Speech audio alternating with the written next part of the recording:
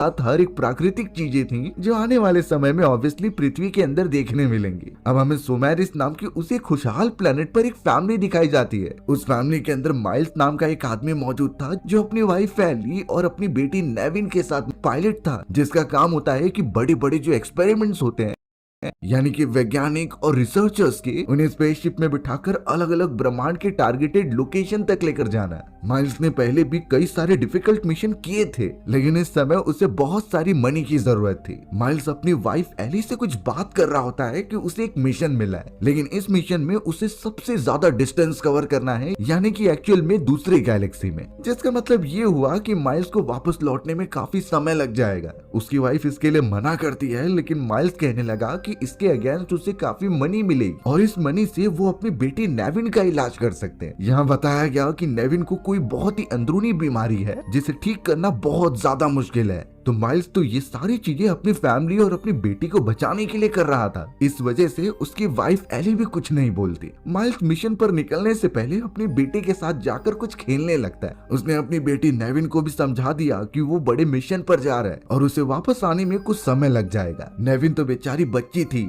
लेकिन उसे अंदाजा नहीं कि उसके फादर किस जगह पर जाकर फंसने वाले। अब अगले दिन ही माइल्स अपनी बड़ी सी और एडवांस स्पेसशिप में बैठकर निकल पड़ा था अदर गैलेक्सी में। स्पेसशिप में कई सारे वैज्ञानिक और रिसर्चर्स भी मौजूद थे जो अपने स्लीपिंग चैम्बर्स में आराम कर रहे होते हैं। वो स्पेसशिप इतनी ज्यादा एडवांस होती है कि उसके अंदर सिर्फ जाने का डेस्टिनेशन तो पायलट पर चलेगा और बाकियों को तो सिर्फ आराम करना है। माइल्स भी हाइबरनेशन चैम्बर में होता है और सब कुछ ठीक चल रहा था, लेकिन अचानक उनकी स्पेसशिप उस एरिया में आ गई थी जहाँ कई सारे एस्टेरॉइड्स थे। ये एस्टेरॉइड के टुकड़े अब सीधा आकर उस स्पेसशिप से टकराने लगे। थोड़ी टुकड़े तो समझता है, लेकिन एस्टेरॉइड्स का पूरा गुच्छा स्पेसशिप को काफी नुकसान पहुंचा रहा था। थोड़े समय बाद जब सिस्टम अलर्ट देने लगा तो माइल्स उठ जाता है। माइल्स ने जल्द से जल्द स्पेसशिप को कंट्रोल करने की कोशिश की, लेकिन शायद तब तक काफी देर हो चुकी थी। स्पेसशिप के कई सारे इंटरनल पार्ट्स में काफी ज्यादा डैमेज हुआ था। माइल्स तो बेचारा उसे अब कंट्रोल भी नहीं कर पा रहा होता। जैसे तैसे उसने एस्टेरॉइड के उस गुच्छे को पार किया, लेकिन अब वो ज्यादा आगे नहीं बढ़ सकता, इसलिए साइड में उसे एक प्लेनेट दिखाई देता है। वो बिना कुछ सोचे अपनी डैमेज पड़ी हुई स्पेसशिप को वहीं पर लैंड कराने चला जाता है। माइल्स का प्लान था कि वहां जाकर वो रेस्क्यू टीम को बुला देगा, जिससे वो सब दूसरी स्पेसशिप में से बैठकर चले जाएंगे। उस प्लेनेट पर स्पेसशिप का क्रैश लैंड भी काफी बुरी तरीके से हुआ।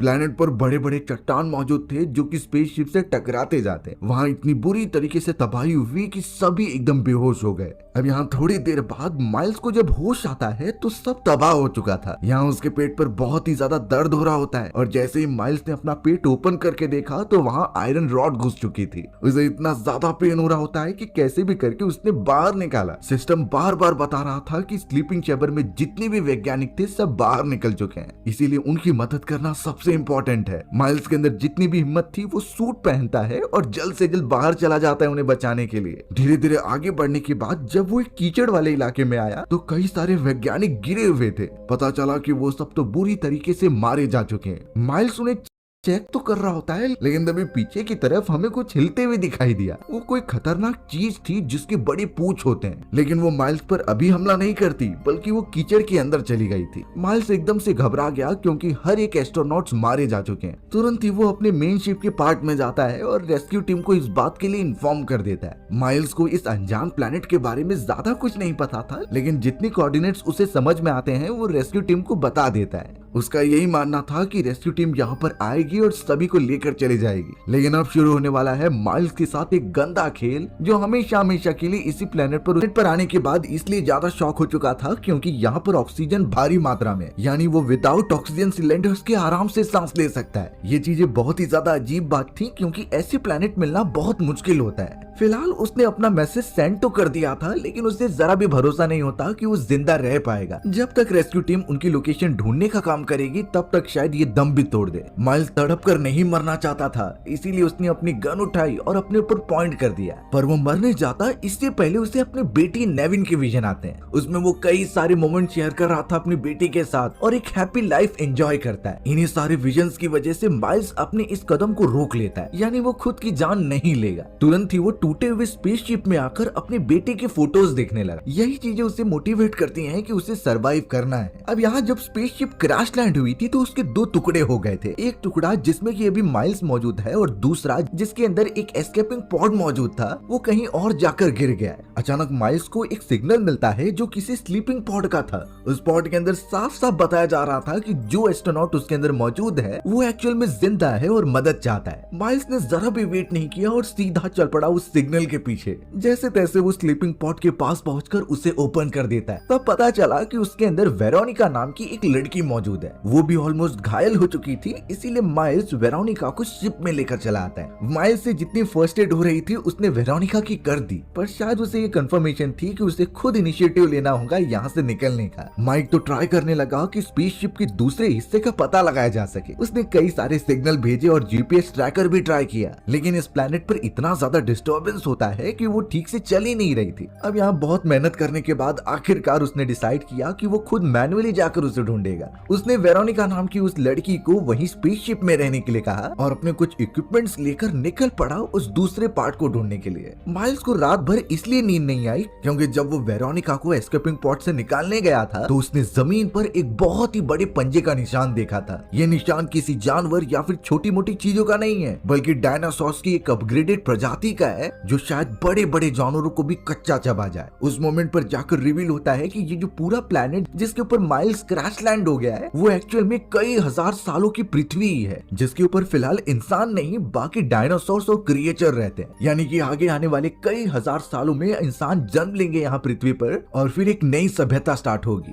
यहाँ माइल्स उस घने फॉरेस्ट में निकल तो चुका था अपने एक छोटे वेपन की मदद से। उसे रास्ते में कई भयानक चीजें भी दिखाई देती हैं जो किसी बड़े जानवर की लग रही थी। माइल्स इसीलिए चौकन्ने तरीके से आगे बढ़ता है क्योंकि खतरा कहीं से भी आ सकता था। अब अचानक पहाड़ों की तरफ देखते हुए माइल्स को वहाँ पर कुछ चमकता हुआ दिखाई दिया। उसे लगने लगा कि शायद उसका दूसरे शिप का पार्ट वहीं पर मौजूद है। उसने तो एक जीपीएस डिवाइस निकाला और तुरंत ही उसे स्कैन करने लगा। अच्छी तरीके से देखने से पता चला कि वो सच में उसका शिप का दूसरा हिस्सा है, यानी वो उस जगह पर जाकर एस्केपिंग पॉड लेकर निकल सकता है। नीचे की तरफ कई सारे बड़े बड़े जानवरों के स्केलेटन्स मौजूद थे, यानी अंदाजा लगाया जा सकता है कि इससे भी बड़े जानवर ने इसे मारा होगा। अब माइल्स थोड़ा रिलैक्स कर पाता इससे पहले उसके ऊपर किसी छोटे डायनासोर ने हमला कर दिया। वो डायनासोर उसे काटने की कोशिश कर रहा था, लेकिन माइल्स एक सोल्जर भी हुआ करता था और उसके कॉम्बैट स्किल ऑब्वियसली बहुत अच्छी होती है। उसने जैसे तैसे उस छोटे डायनासोर को अपने बॉडी से उतारा और गन की मदद से लगातार उसे बीट करने लगा। खैर वो डायनासोर तो मर जाता है और माइल्स अपने रास्ते में आगे निकल गया। अब फिर अचानक माइल्स को झाड़ियों के अंदर से कुछ आवाज आने लगी। माइल्स अपनी गन पॉइंट करके उसकी तरफ देखता ही रहता है और जैसे वो झाड़ियों के थोड़ा पास गया तो पता चला कि वहाँ पर वेरोनिका मौजूद है। बेचारी वेरोनिका उस शिप में रहकर काफी डर रही थी, इसीलिए वो वहाँ से निकलकर फॉरेस्ट में आ गई। उसे तो माइल्स से भी काफी डर लग रहा था, जैसे कि वो कोई किडनैपर हो। तुरंत ही वेरोनिका माइल्स से दूर भागने लगी और वो भी लगातार वेरोनिका को बचाने के लिए उसका पीछा करता है, क्योंकि फॉरेस्ट में हर जगह पर खतरे हो सकते हैं। कुछ देर तक ट्रैवल करते हुए वो एक स्लोप से नीचे गिर गए। वहाँ पर लिटरली एक डायनासोर की डेड बॉडी पड़ी हुई थी, जिसे देखकर दोनों ही शॉक हो गए। पर पीछे से झाड़ियों के टूटने की आवाज आई। माइल्स से सेंस कर लेता है कि शायद इससे भी बड़ा डायनासोर उनके पीछे मौजूद है। वेरोनिका ने इतनी खतरनाक चीजें पहली बार देखी थी, लेकिन माइल्स दिमाग से काम लेता है और वेरोनिका को पकड़कर अपने स्पेसशिप के पास लेकर जाता है। टूटे हुए स्पेसशिप के अंदर वो लोग सुरक्षित हैं। वेरोनिका को चोट भी लगी थी, इसीलिए माइल्स उसकी मरहम पट्टी करने लगा। साथ ही साथ वो वेरोनिका से बातचीत करने की कोशिश कर रहा था कि वो कहाँ से आई है और आखिर वो किस जगह से बिलोंग करती है, लेकिन वेरोनिका ने माइल्स के एक भी सवाल का जवाब नहीं दिया। माइल्स कुछ देर तक पूछता रहा और फिर बाद में उसे रियलाइज हो जाता है कि शायद वेरोनिका उसकी लैंग्वेज नहीं जानती, इस वजह से वो कुछ रिप्लाई भी नहीं दे रही। सबसे पहले माइल्स ने पैसेंजर्स की लिस्ट में से वेरोनिका के बारे में सब जान लिया था, लेकिन प्रॉब्लम ये हो जाती है कि क्रैश लैंड होने के कारण स्पेसशिप का जो ट्रांसलेटर मौजूद था वो तो अब खराब हो चुका होता है, यानी कि माइल्स वेरोनिका की लैंग्वेज को चेंज नहीं कर सकता। ये चीजें उसने वेरोनिका को बताई, लेकिन वेरोनिका को समझाना पड़ेगा कि उन्हें पहाड़ की दूसरी तरफ जाना है, अपने स्पेसशिप का वो दूसरा पार्ट लेने जहाँ से वो निकल सकते हैं। जब वेरोनिका कुछ समझ नहीं पा रही थी तब माइल्स एक टेबल के पास गया और वहाँ पर कुछ रेड चीजें गिरा दी। उसी के ऊपर वो एक माउंटेन को ड्रॉ करता है और बताता है कि हमें कहाँ जाना है। वेरोनिका इन चीजों को देखकर समझ तो जाती है, लेकिन फिर उसने कुछ ड्रॉ किया जो उसके मॉम एंड डैड थे। उसे अपने मॉम एंड डैड के पास जाना था, पर यहाँ माइल्स को एक्चुअल रियलिटी पता है कि क्रैश लैंडिंग में उसके पेरेंट्स मारे गए। ये चीज वो वेरोनिका को नहीं बता था, बल्कि उसने ये झूठ कह दिया कि तुम्हारे पेरेंट्स माउंटेन की दूसरी तरफ हैं और उस शिप के पास तुम्हारा इंतजार कर रहे हैं। तब जाकर वेरोनिका काफी खुश हो जाती है और माइल्स के साथ उस माउंटेन की दूसरी तरफ जाने की जिद करती है। एक झूठ की वजह से माइल्स का ये काम हो चुका था। अब माइल्स ने जल्द से जल्द सारी तैयारी कर ली उस जगह पर जाने की। माइल्स ने तो रेस्क्यू टीम को ये इन्फॉर्म कर दिया था कि वेरोनिका नाम की लड़की उसके साथ है और वो उसे लेकर एस्केपिंग पॉट की तरफ जा रहा है। वही कमरे के अंदर हमें वेरोनिका दिखाई गई जो कि कुछ वीडियो टेप्स प्ले करती है। उनके अंदर माइल्स की बेटी नेविन की सारी रिकॉर्डिंग्स मौजूद थी। वो सारी चीजें देखने लग जाती है और फिर बाद में हमें पता चला कि माइल्स जब अपने इस मिशन के लिए निकला था तब उसकी बेटी नेविन की तबीयत खराब थी, पर माइल्स अपने मिशन को छोड़ नहीं सकता था। माइल्स की बेटी नेविन लगातार उसे मैसेज करती, लेकिन कुछ समय से उसने मैसेज करना बंद कर दिया है क्योंकि एक्चुअल में वो अपने फादर से काफी गुस्सा है। नेविन का मानना है कि उसके इस क्रिटिकल कंडीशन में उसके फादर उसके साथ रहने चाहिए, ना कि उससे इतना ज्यादा दूर। यही बातों पर वो अपने फादर से रूठ कर बैठी हुई है, पर उसे क्या पता कि उसके फादर किस मुसीबत में फंसने वाले हैं और आगे उनके साथ क्या होने वाला है। थोड़ी देर में ही माइल्स इस कमरे में आकर वेरोनिका को पकड़ लेता है वो सारी वीडियो देखते हुए। उसने वीडियो बंद कर दी और सारे इक्विपमेंट्स ले लेता है ताकि वो पहाड़ की दूसरी तरफ चले जाएं। धीरे धीरे अब वो दोनों फॉरेस्ट में और भी ज्यादा अंदर जाने लगे थे। माइल्स एकदम सतर्क था अपना हथियार लेकर कि कोई खतरा तो ना आ जाए, लेकिन पीछे मौजूद वेरोनिका एकदम से चिल रहती है। कुछ ही समय में ही जब वो दोनों बातचीत कर रहे थे तो उनके अंदर एक बॉन्डिंग सी बन गई थी। वेरोनिका माइल्स से काफी कंफर्टेबल हो जाती है। अब अचानक वेरोनिका ने पास ही में मौजूद एक झाड़ी पर से कुछ तो बेरीज उठा ली। उसे भूख लगी थी तो वो बेरीज को खाना चाहती थी, पर साथ ही साथ वो माइल्स को परेशान करना चाहती थी, इसीलिए वो बेरीज उठाकर उस पर मारने लगी। माइल्स एक समय के बाद परेशान हो जाता है और एकदम झटके से मुड़कर वेरोनिका को एक सच्चाई बताने लगता है। उसने अपना एक डिवाइस निकाला जिसमें कि वो बेरीज डालकर दिखा रहा था कि ये सारे बेरीज बहुत ही ज्यादा पॉइजनस हैं, तो यहाँ पर जितनी भी चीजें अच्छी दिख रही हैं उसे बिल्कुल खाने की कोशिश मत करना। लेकिन अगर कभी ऐसी कंडीशन में हम फंस जाए जहाँ फॉरेस्ट के अंदर हमें भूख लगी है और सामने कई सारे रसीले बेरीज दिखाई दे रहे हैं, तो हमें पता कैसे चलेगा कि ये बेरीज जहरीले हैं कि नहीं? हमारे पास तो माइल्स जैसी डिवाइस नहीं है। तो सबसे पहले हमें इतना जान लेना है कि फॉरेस्ट में जितने भी बेरीज हैं और वो बहुत ही ज्यादा जहरीले हैं। सबसे पहले नंबर पे आता है डेडली नाइटशेड, जिस बेरी का नाम बेलेडोना भी था। ये थोड़ी शाइनी ब्लैक और पर्पल कलर की बेरीज होती हैं जो बहुत ही ज्यादा टॉक्सिक थी। अगर उसमें से एक भी खा लिया तो आपको हेलुसिनेशन होने लग जाएंगे और पैरालाइज हो जाओगे। दूसरी बेरी आती है व्हाइट बेन बेरी, यानी कि ये व्हाइट कलर की होगी और उसके ऊपर ब्लैक डॉट्स होंगे। ये भी पॉइजनस होती है, लेकिन इसका असर तो डायरेक्टली मौत देता था। रेड बेरी और हॉलो बेरीज भी हैं जिनका कलर लाल होता है। वो हमेशा गुच्छे में रहती हैं और देखकर मन करता है कि उसे खा ही लिया जाए, लेकिन इससे भी आपको पैरालिसिस हो सकता है और सांस लेने में प्रॉब्लम हो सकती है। एक और बेरी है जिसका नाम बिटर स्वीट नाइटशेड है। ये भी पूरी रेड बेरीज होती हैं और थोड़े डॉट्स लगे हुए होते हैं। अगर गलती से भी इसे खा लिया तो आपका पूरा नर्वस सिस्टम एकदम से बिगड़ जाएगा। आपको तड़प तड़प कर मरने में काफी ज्यादा समय लगेगा और फिर एंड में जाकर मौत मिलेगी। तो सिंपल बात है कि फॉरेस्ट में अगर आपको शाइनी और बहुत ही रसीले बेरीज दिख रहे हैं तो उन्हें बिल्कुल खाइए मत। ज्यादातर व्हाइट और येलो बेरीज ही पॉइजनस होते हैं, और अगर किसी बेरीज के अंदर से मिल्की लिक्विड बाहर निकल रहा है तो उसे इग्नोर करो। एक टेक्निक से हम पता कर सकते हैं कि वो पॉइजनस है कि नहीं। अगर उस बेरी को कोई नॉर्मल बर्ड या फिर जानवर खा रहे हैं और इससे उन्हें कुछ नहीं हो रहा है तो फिर हम उस बेरीज को खा सकते हैं। इन चीजों का ध्यान रखने पर हम जिंदा रह सकते हैं। अब माइल्स और वेरोनिका जब आगे बढ़ रहे थे तभी माइल्स के पीठ के पीछे उड़ता हुआ कोई इंसेक्ट आ गया। माइल्स ने जैसे उसे मार दिया तो उसके हाथ पर कुछ चिपचिपी लिक्विड लग गई थी। ये लिक्विड काफी स्ट्रॉन्ग होती है जिसे कि माइल्स निकाल नहीं पा रहा था। वेरोनिका ये सारी चीजें देखकर काफी हंसने भी लगी थी उसके ऊपर, पर माइल्स कैसे भी करके खुद को आजाद करता है और वहां से चलने के लिए कहता है। थोड़ी देर में ही साइड से वेरोनिका को कुछ आवाज आई। वो जब देखने चली गई तो पता चला कि एक डायनासोर का छोटा बच्चा कीचड़ के अंदर फंस चुका है। वो मदद के लिए चिल्ला रहा था। माइल्स वेरोनिका को समझाता है कि हमें यहाँ से चले जाना चाहिए, पर वेरोनिका उस छोटे से डायनासोर की मदद करना चाहती थी। वो तुरंत ही भागते हुए सीधा उसके पास आई और डायनासोर को खींचने की कोशिश करने लगी। माइल्स बेचारा मजबूर हो चुका था, उसे भी वेरोनिका के पास आकर डायनासोर की मदद करनी पड़ी। अब कैसे भी करके जब वो उस छोटे से डायनासोर को निकालते हैं तो वो आगे बढ़ने लगा, लेकिन फिर कुछ छोटे छोटे खतरनाक डायनासोर आते हैं जो कि उस घायल डायनासोर पर टूट पड़े और उसे बुरी तरीके से मार दिया। वेरोनिका ये देखकर उसे बचाना चाहती चाहती थी, पर माइल्स उसे पकड़कर साइड में बैठ जाता है, क्योंकि अगर उस झुंड वाले डायनासोर्स ने उन्हें देख लिया तो उन्हें भी मार देंगे। ये अच्छी बात थी कि वेरोनिका को उस डायनासोर को बचाना है, पर सबसे पहले उसे अपनी जान की सेफ्टी रखनी होगी। माइल्स ने वेरोनिका को समझाया और वहाँ से आगे बढ़ चला। कई देर तक वो उस डायरेक्शन में चलते रहे और यहाँ माइल्स बहुत ही ज्यादा थक जाता है। पता चला कि माइल्स के पेट पर जो चोट लगी हुई थी वो और भी ज्यादा बढ़ती जा रही है। लेकिन जब माइल्स वेरोनिका की तरफ देखता है तो उसे अपनी बेटी नेविन की याद आने लगी। वो एक्चुअल में वेरोनिका की जगह पर नेविन को ही देखा करता है। इससे माइल्स को थोड़ी मोटिवेशन मिलती और फिर से वो अपनी जर्नी स्टार्ट कर देता है। एक फॉरेस्ट वाले इलाके पर पहुंचने पर वो पेड़ के ऊपर चढ़ गया और अपनी जीपीएस डिवाइस से पता करने लगा कि वो दूसरा पार्ट कहाँ पर है।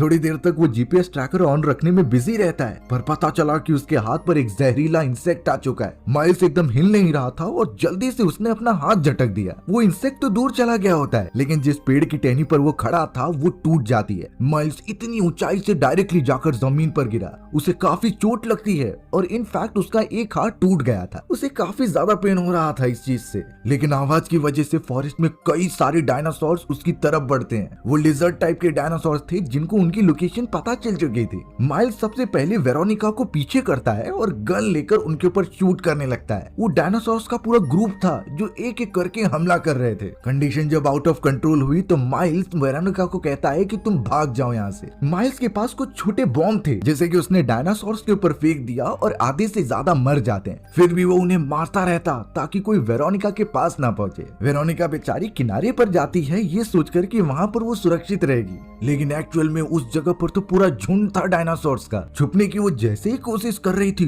तभी एक लिजर्ड क्रिएचर उसके पास आने लगा। वो जैसे ही वेरोनिका को काटने के लिए गए तभी माइल्स ने उन्हें शूट करके मार तो दिया, लेकिन एक क्रिएचर वेरोनिका को पकड़कर घसीटने लगता है। माइल्स ने जब चारों तरफ गोलियां चलाई तब जाकर उस क्रिएचर ने वेरोनिका को छोड़ा है। वेरोनिका ने ऐसी खतरनाक चीजें अपनी लाइफ में कभी नहीं देखी थी, इसी वजह से वो काफी डर जाती है और एक कोने में जाकर छुप जाती है। खतरा टलने के बाद माइल्स वेरोनिका को अपने पास बुला रहा था, लेकिन मानो वो इतना डर चुकी थी कि अपना चेहरा भी नहीं दिखाती। तब जाकर माइल्स विसल में कुछ धुन निकालता है जो कि वो अपनी बेटी के साथ निकाला करता था। इससे वेरोनिका थोड़ा कंफर्टेबल हो जाती है और फिर वापस से वो अपनी जर्नी तय करने लगते हैं। इस समय काफी रात हो चुकी थी तो उन्हें एक गुफा दिखाई दी। माइल्स को लग रहा था कि ये जगह छुपने के लिए सबसे बेस्ट होगी, इसीलिए वो अंदर जाकर सारे सामान रख देता है और चारों तरफ ट्रैकर बिछा देता है। अगर कोई खतरा आएगा तो ये ट्रैकर उसे बता देंगे। वेरोनिका ने तो माइल्स के सामने एक क्लिप शो की जो उसके बेटे की थी। यहाँ आने से पहले उसने शिप में से ये ले लिया था। माइल्स सबसे पहले तो उसके ऊपर काफी गुस्सा होता है, लेकिन फिर बाद में वो भी कंफर्टेबल हो गया। उसने अपनी बेटी की वो क्लिप चला दी थी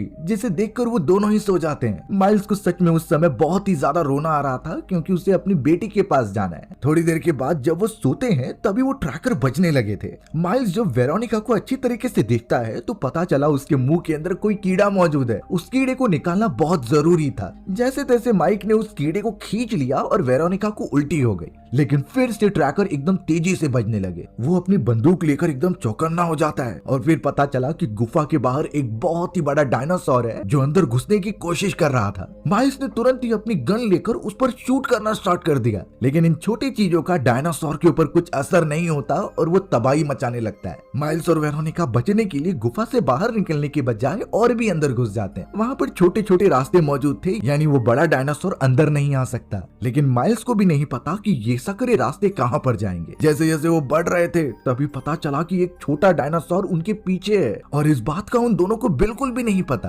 कुछ टाइम तक चलने के बाद वो एक ऐसे डेड एंड पर पहुंच चुके थे जहाँ से कोई रास्ता ही नहीं दिखता। एक छोटा सा रास्ता होता है जिसमें से वो दोनों में से कोई नहीं जा सकता। उसे बड़ा करने की जरूरत थी, तो इसलिए माइल्स ने खुदाई करने का काम चालू कर दिया ताकि वो उसे बड़ा कर सके। अब कुछ देर तक तो वो एकदम मेहनत से करता है, लेकिन फिर बाद में वो काफी थक कर नीचे बैठ गया। यहाँ वेरोनिका माइल्स को थोड़ा मोटिवेट करती है कि हमें कोशिश छोड़नी नहीं चाहिए। तब जाकर माइल्स को याद आया कि उसके पास छोटे बॉम्ब्स मौजूद हैं, इसीलिए उसने तुरंत ही उस छोटे रास्ते पर वो बॉम्ब्स डाल दिए और जब धमाका हुआ तो वो रास्ता थोड़ा बड़ा हो जाता है, यानी उसके अंदर से वो अब आगे बढ़ सकते थे। माइल्स ने सबसे पहले वेरोनिका को कुछ बॉम्ब्स दिए और आगे चलने के लिए कहा। जैसे तैसे वो उस रास्ते पर रेंगते हैं तो अभी पता चला कि आसपास भूकंप आने लगा है और उस छोटे रास्ते पर पत्थर गिरने लगे हैं। इसी वजह से वेरोनिका और माइल्स अलग हो जाते हैं। माइल्स के पास कुछ ऑप्शन नहीं था, इसीलिए वो वापस उस जगह पर आ गया और वेरोनिका दूसरी तरफ चली जाती है। तुरंत ही माइल्स के ट्रैकर पर पता चला कि कोई डायनासोर आसपास मौजूद है। वो काफी डर जाता है, इसीलिए गन लेकर सीधा वेरोनिका के पास बढ़ने लगा। थोड़ी देर में ही पता चला कि वो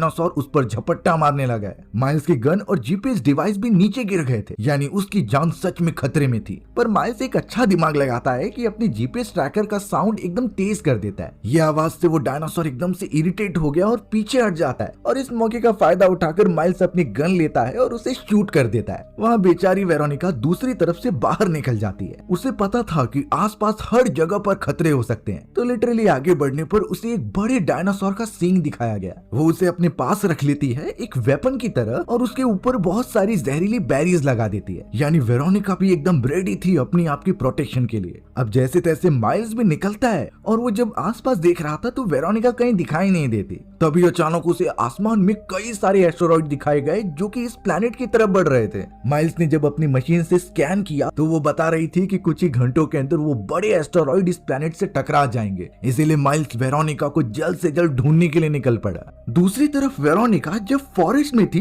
तभी एक डायनासोर ने उसके ऊपर हमला कर दिया। बेचारी बचने के लिए एक पेड़ की शाखा के अंदर चली जाती है। वेरोनिका की चिल्लाने की आवाज माइल्स को भी सुनाई दे रही थी, इसीलिए वो उसकी तरफ बढ़ने लगा मदद करने के लिए। पर बेचारे माइल्स की भी नसीब खराब थी, क्योंकि वो एक दलदल के अंदर गिर गया और अब वो दलदल उसे अंदर खींचता जा रहा था। बेचारी माइल्स की मदद करने वहाँ पर कोई भी नहीं था और अब शायद उसकी मौत तय है। पर वहाँ वेरोनिका माइल्स की आवाज सुनती है और छोटे छोटे बॉम्ब को ब्लास्ट करके डायनासोर को मार देती है। जैसे तैसे वेरोनिका उस दलदल वाली जगह पर पहुंची, पर माइल्स पूरा अंदर जा चुका था। वेरोनिका ने अपनी सूझबूझ लगाई और एक पेड़ की टहनी उसकी तरफ करने लगी। माइल्स उस मोमेंट पर अपना हाथ निकालता है और टहनी को पकड़कर आखिरकार ऊपर आ जाता है। वो बहुत शुक्रगुजार था वेरोनिका का, क्योंकि उसने उसकी जान बचाई है। माइल्स ने वेरोनिका को समझा दिया कि कई सारे मीटेरॉइड इस प्लैनेट पर गिरने वाले हैं, तो हमें जल्द से जल्द माउंटेन पर मौजूद उस दूसरे शिप के पार्ट पर जाना है और यहाँ से निकल जाना है। दोनों अब जल्द से जल्द आगे बढ़ते हुए पहाड़ी वाले इलाके तक पहुँचते हैं। एक ऊंचाई वाली जगह पर पहुंचने के बाद उन्हें रस्सी से ऊपर जाना पड़ेगा, तो सबसे पहले वेरोनिका को वो भेजता है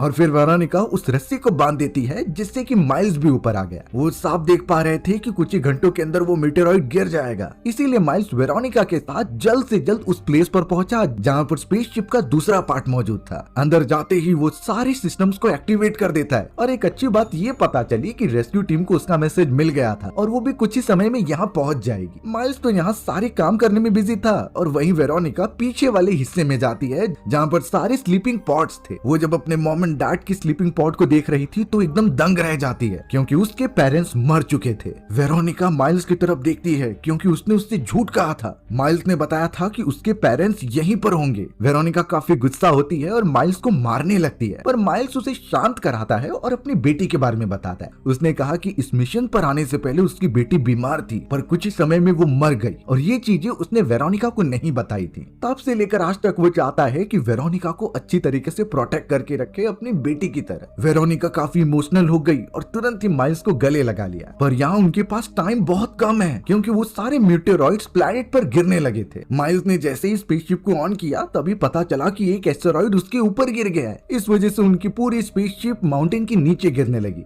अब कंडीशन ऐसी आ चुकी होती है कि शिप चालू ही नहीं हो रही थी। बात तब बिगड़ गई जब एक बड़ा सा डायनासोर उनके पास आ जाता है। वो तो उनके ऊपर अटैक करने वाला था, लेकिन माइल्स नीचे उतरकर अपनी गन ले लेता है और उसे जाकर ठीक करता है ताकि वो हमला कर सके। वहाँ पर एक नहीं बल्कि दो डायनासोर थे जो अटैक करने के मूड में होते हैं, लेकिन वेरोनिका ने बड़ी चालाकी दिखाई और माइल्स की बेटी का होलोग्राम चालू कर दिया। डायनासोर्स उसे रियल समझते हैं और उस पर अटैक करते हैं, लेकिन यहाँ माइल्स जो थोड़ा इमोशनल हो गया था उसने हिम्मत जुटाई और तुरंत ही शूट करके एक को मार दिया। वो दूसरे को भी खत्म कर देता है, लेकिन एक डायनासोर उसका पीछा कर रहा था, इसीलिए वो एक गर्म फव्वारे वाली जगह पर आया और उसने ट्राई किया कि डायनासोर को उसमें डाल दे, पर शायद इसका कुछ फायदा नहीं हो रहा था। अच्छी बात हुई कि वेरोनिका वहाँ पर एक सींग लेकर आ जाती है और उसके आंख में घुसा देती है। डायनासोर को कुछ दिख नहीं रहा था और वो एक सबसे बड़े फव्वारे की तरफ चला गया जो कि उसे जलाकर मार देता है। यानी वो दोनों बच चुके थे और जैसे तैसे स्पेसशिप के अंदर आकर वहाँ से अंतरिक्ष की तरफ निकल जाते हैं। बड़े बड़े एस्टेरॉइड प्लेनेट के ऊपर गिरने लगे थे और जितने भी डायनासोर और स्पीशीज होती हैं सबके सब मर गए। माइल्स और वेरोनिका तो स्पेसशिप में थे और आगे बढ़ते जा रहे थे। माइल्स की हालत बहुत खराब थी, लेकिन वेरोनिका उसका ख्याल रखती है। जैसे लग रहा था कि माइल्स को उसकी बेटी वापस मिल चुकी है, भले ही किसी और रूप में।